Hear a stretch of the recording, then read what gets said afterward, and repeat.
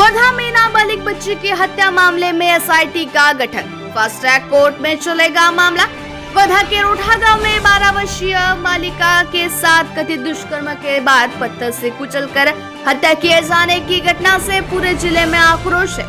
इस घटना के विरोध में जिला सामान्य अस्पताल में धरना दिया गया है और अस्पताल के बाहर चक्का जाम कर नागरिकों ने आरोपी को फांसी देने की मांग की है।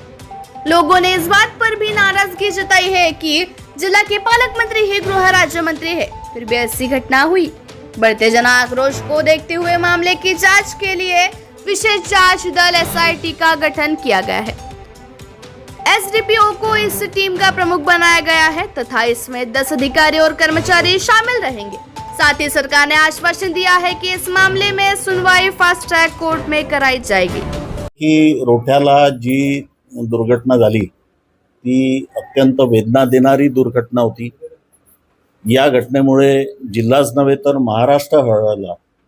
ठिकाणावरून या जिल्ह्याचे पालकमंत्री आणि या राज्याचे पंकजी भोयर यांच्यासोबत संपर्क केला। त्यांना लगेच मी पत्र पाठवले की या घटनेच्या संदर्भामध्ये एसआयटी चौकशी लावण्यात यावी आणि हे प्रकरण फास्ट ट्रॅक कोर्टामध्ये चालायला पाहिजे।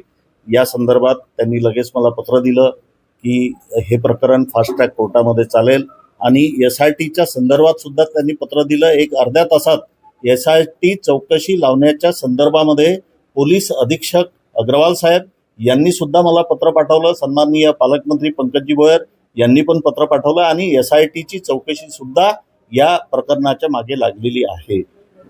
घटना अत्यंत दुर्दैवी आहे। ही घटना कोणाही सोबत घडू नये या घटनेचा मी निषेध करतो। 100% कसून चौकशी झाली पाहिजे आणि जो आरोपी आहे त्याला कठोर शिक्षा म्हणजे फाशीची शिक्षा व्हायला पाहिजे या मताचा मी